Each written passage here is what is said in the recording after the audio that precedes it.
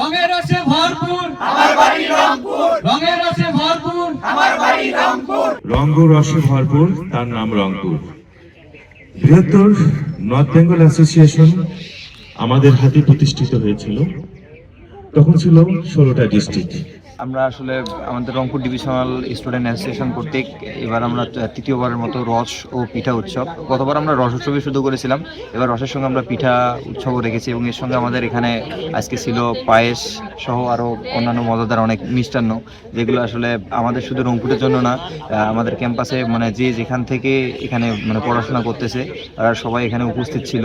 প্রতি বছরই হয় কিন্তু আসতে পারি না, এবার ভাবলাম যে একটু এনজয় করে যাই, এসে অনেক ভালো লাগতেছে, অনেক মানুষ আসছে এনজয় করার জন্য। তো ভালো লাগছে।